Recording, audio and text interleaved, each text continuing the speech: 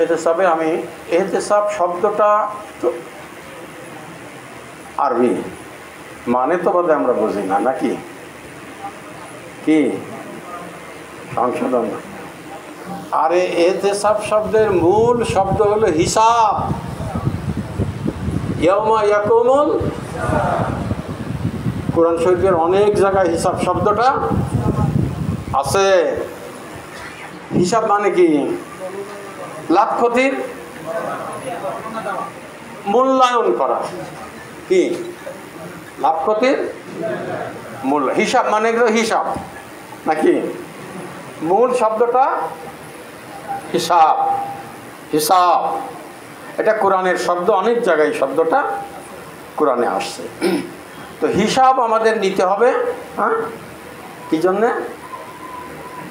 আল কাইয়াসু মান দানা নাফসাহু ওয়া আমিলা লিমা বাদাহু। যে ব্যক্তি নিজের হিসাব নিজে গ্রহণ করলো, যেটাকে আমরা আত্মসমালোচনা বলি, তাই না?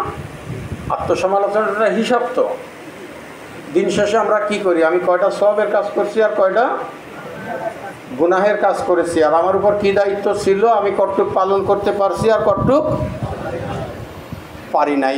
এইটুকুই তো মোটামুটি। এইটা না আমাদের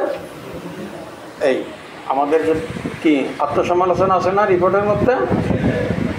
সহজ আত্মসমালোচনা কতটুকু?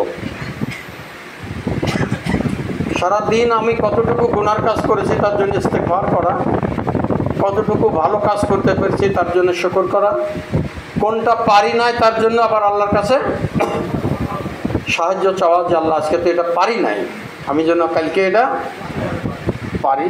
এটাই তো সংক্ষেপে। তো এটা হলো ব্যক্তির আমরা ব্যক্তিগত রিপোর্টের মধ্যে যেটা করি, নিজের নফসের হিসাব নেই। আবার দ্বিপাক্ষিকও আছে, একজনের সাথে আরেকজনের।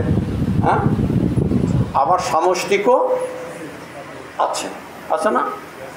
তো ওই যে আমি নেতার দোষ ত্রুটি যে আলোচনা করছিলাম না, তো এইভাবে নেতার দোষ ত্রুটি বড় না, আর এক দিনী ভাইয়ের মধ্যেও কোনো ত্রুটি থাকতে পারে। জামাত ইসলামীর ভালো কর্মী, সব কাজই করে, বক্তৃতাও করে ভালো, আল্লাহর রহমতে সব দিক দিয়েই ভালো, বুঝলেন না? কিন্তু পালায় পালায় বিড়ি খায়। আপনারা বলবেন বিড়ি খাওয়া কি হারাম? আমি সে ফতুয়ায় যাব না, কিন্তু সমাজের লোকে এটা ভালো চোখে দেখে না। কি বলেন? তাহলে জামাত ইসলামীর একজন রুকন কি পালায় পালায় বিড়ি খাওয়া ভালো? ভালো না। তাহলে তাকে সংশোধন করতে হবে যে ভাই, এখন তো এই যে সাদা জায়গায় যে মাশাআল্লাহ ভাই, আপনার সাদা পাঞ্জাবির ভিতরে যে একটা মাছি পড়ে আছে, দেখতে খারাপ লাগে না? আপনার এত কাজ করেন, কিন্তু এই যে সুক্তান দেওয়ার অভ্যাসটা ভাই আপনি ছাড়েন না কেন? মহব্বতের সাথে। আমি তো আল্লাহর রহমতে হাইকোর্টের বারান্দায়, এটা ব্যক্তির কথা বলছি না, ওই জয় বাংলা বিসমিল্লাহ সব দলের লোকের সাথে একটা গুড রিলেশন আছে, যিনি আছেন মাত্র আল্লাহর রহমতে। এর মধ্যে যারা বিড়ি খায়, দূর থেকে আমি দেখে ফেলি, অনেকেই বিড়ি আমার সামনে খায় না, তারপরেও যেটা দেখে ফেলি ওইটা যেয়ে বলি, আচ্ছা আমি তো একটা খবর শুনছি, আপনি শুনছেন নাকি? এটা কী খবর? কয় দেশের সব ভদ্রলোক তো বিড়ি খাওয়া ছাড়ে দিয়েছে, তো আপনি ছাড়েন না কেন? হ্যাঁ, আমার কাছে খবর আসছে যে দেশের সব ভদ্রলোক বিড়ি খাওয়া ছাড়ে দিয়েছে, তো ভাই আপনি ছাড়েন না কেন? হ্যাঁ আলম ভাই দোয়া করেন, দোয়া করেন। হ্যাঁ, অনেক লোকে আল্লাহ ছাড়াইছে, মানে একটু মহব্বতের সাথে একটু শরম দিলে, হ্যাঁ, গালি দিলে তো ছাড়বে না, মহব্বতের সাথে একটু স্মরণ করায় দিলে। এই হাইকোর্টের বারান্দায় আমি অনেক বিড়ি খাওয়ার লোকের আল্লাহ বিড়ি ছোটাইছে, নামাজ ধরছে, এমন জামাত ইসলামীর 1000 টাকা ইয়ানত দেয়। হ্যাঁ, এমন বিড়ি খাইতে গা কাজতে যায়, গন্ধ পায়।